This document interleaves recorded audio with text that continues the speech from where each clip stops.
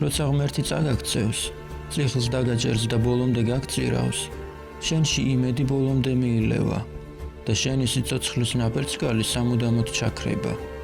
ესეთ დროს აღარ გრძნობ აღარც ტკივილს, აღარც ბრას, აღარც შურის ზიების განცდას, აღარც იმედგაცრუებას და აღარც სინანულს. ერთადერთი რაც შენს გულშია არის სიცარიელე, რომელიც სტაბილური, უცვლელი და მარადიულია. ესაა სიცარიელე, რომელიც კი არ მოვიდა, უბრალოდ დარჩა. ესაა სიცარიელე, რომელიც გარანტორია იმისა, რომ არასდროს აღარაფერი აღარ გეტკინება. ესაა სიცარიელე, რომელიც ერთ დროს ხმაურიანი ნაქალაქარის ადგილას დუმს და არაფერთან არაა წელნაყარი გარდა უსაზრისობისა. შენი მდგომარეობა იმდენად უიმედოა, შენი მიტოვებულობა იმდენად გარდაუვალია, შენი დამარცხებულობა იმდენად საბოლოოა, რომ გარესამყაროს მუდმივად შუშის მეორე მხრიდან უყურებ. ყველაფერი, რაც შენს წინ ხდება, იქ ხდება და შენ მისი თანამონაწილე აღარ ხარ.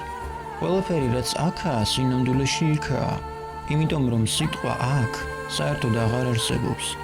აქ არის მხოლოდ სიცარიელე, რომელიც უძვირო ღრმულია და რომელიც თითქოს ამოვსებას აღარ ექვემდებარება. როცა ღმერთი თავის საჩუქარს დაგიმტრევს და მისი ხელახლა აწყობის იმედს საბოლოოდ დაკარგავ, კარზე კაკუნძი გაიგონებ და ვინაიდან შენ მისი გაღების არც სურვილი და არც ძალა აღარ გადაჩნია, ის გაიღება თავისით და ახალი საჩუქარი, ახალი ადრესატისგან გადმოგეცემა ყოველგვარი ძალისხმევის, ყოველგვარი დამსახურების გარეშე, როგორც მადლი, როგორც ხსნა, როგორც უკანასკნელი შემწეობა და შანსი იმისა, რომ მოკვდე არა უბრალოდ როგორც დამარცხებული, არამედ მოკვდე როგორც დამარცხებული, რომელმაც თავისი უკანასკნელი სათქმელი დატოვა. ღმერთს უნდა, რომ უჩუმრად და საცოდავად მოკვდე.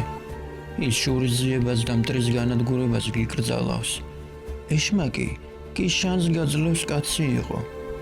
ის შენსავით უარყოფილი, დამცირებული და შეურაცხყოფილია. მას ესმის შენი, მას გამოვლილი აქვს ყველაფერი, რაც შენმა მარცხმა გამოგატარა. მას ნატკენი აქვს ყველაფერი, რაც შენმა დაცემამ გადკინა.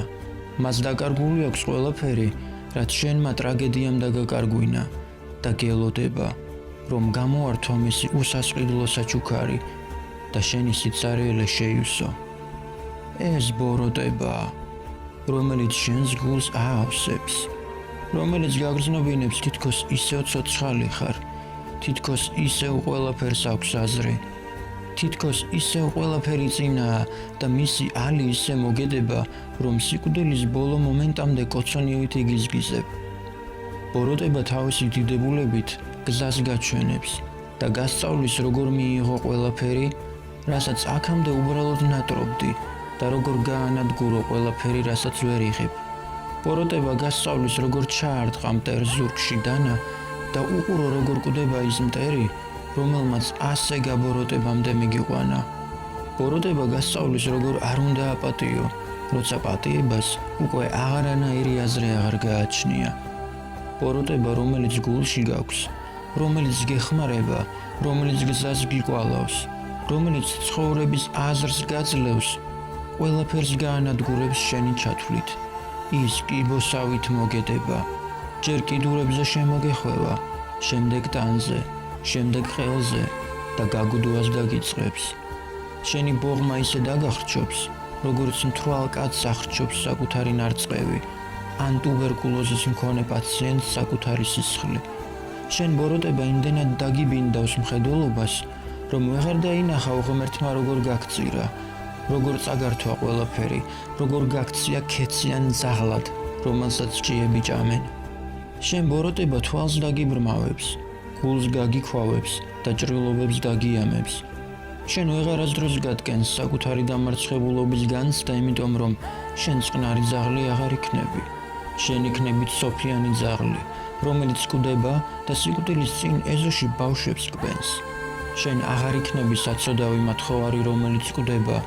შენ იქნები საცოდავი მათხოვარი, რომელიც კვდება და სიკვდილის წინ ცდილობს სხვა საცოდავ მათხოვარს წაართვას ის ხურდა, რომლის დახარჯვის საშუალებაც არასდროს ექნება. მაშინვე, როგორც კი შენი იმედის მზე ჩაესვენება, წაში ცისკრის ვარსკვლავი გაჩნდება შენთვის. ბოროტება შენს გულს აავსებს და შენ აღარ დაგრჩება ადგილი იმისთვის, რომ იგრძნო იმედგაცრუების ან სინანულის განცდა და სიცარიელეც კი.